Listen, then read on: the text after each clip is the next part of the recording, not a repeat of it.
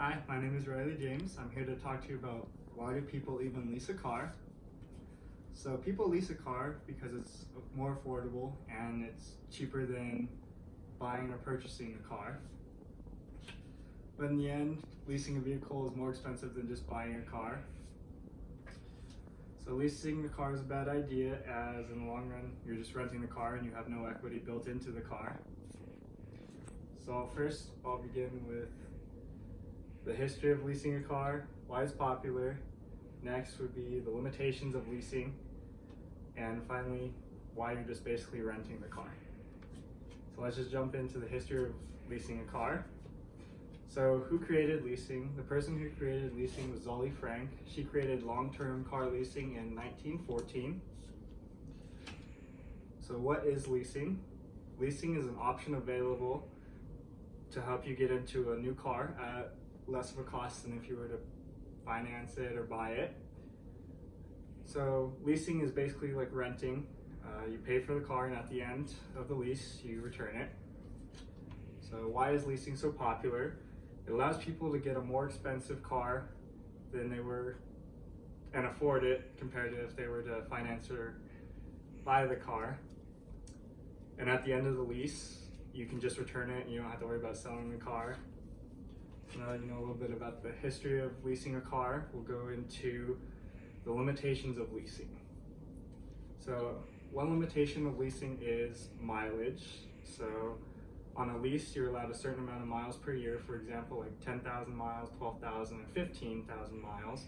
And if you choose like the 10,000 per year option, your car payment will be less, but if you choose the 15, your car payment will be more.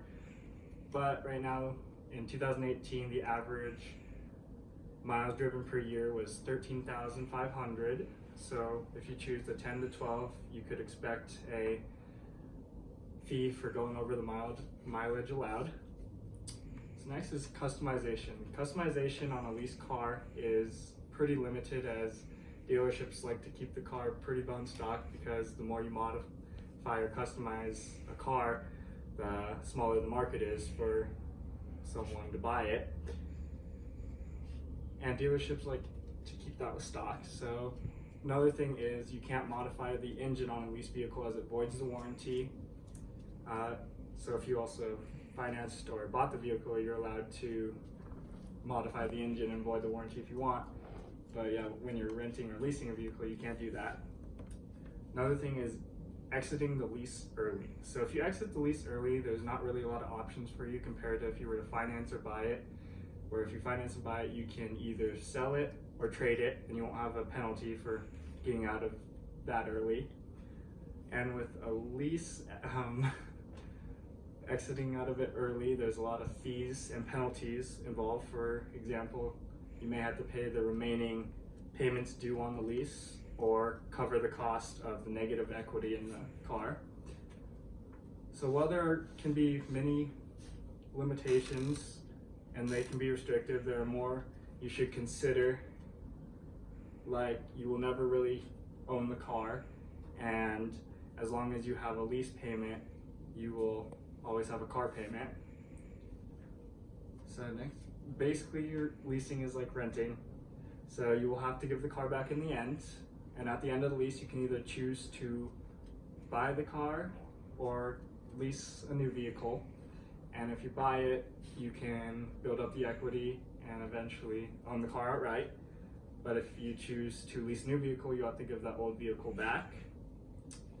So when returning the car, you can be hit with fees like blemishes. So if the blemish, like a scratch or a ding, is bigger than a credit card, the dealership will charge you a fee to have it repaired, as they usually like to keep their cars in pretty much perfect condition. Another thing is if you go over the miles allotted in your contract, you'll have to pay like a per mile fee. So if you go around like 1,200 over the allowed mileage, and it's like 30 cents per mile, that's around $360 in fees. And leasing a car in the end is more expensive, and you also have to understand that contract thoroughly.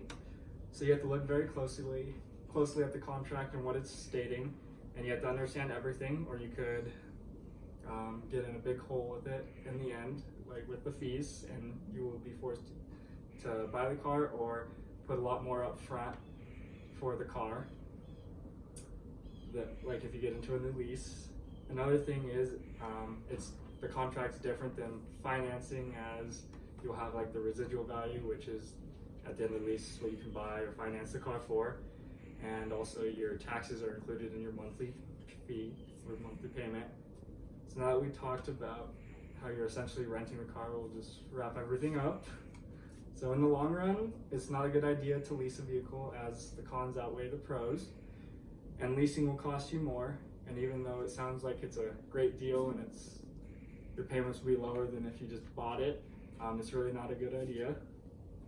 So leasing has become popular as it's cheaper. It's a cheaper way to get into a new or luxury vehicle, but it's like renting. So there's many limitations when renting, and at the end you might have to have a lot of fees. So people lease cars so they can have a reasonable car payment and have a warranty with a new car. But leasing is dangerous and costs more in the end. Thank you.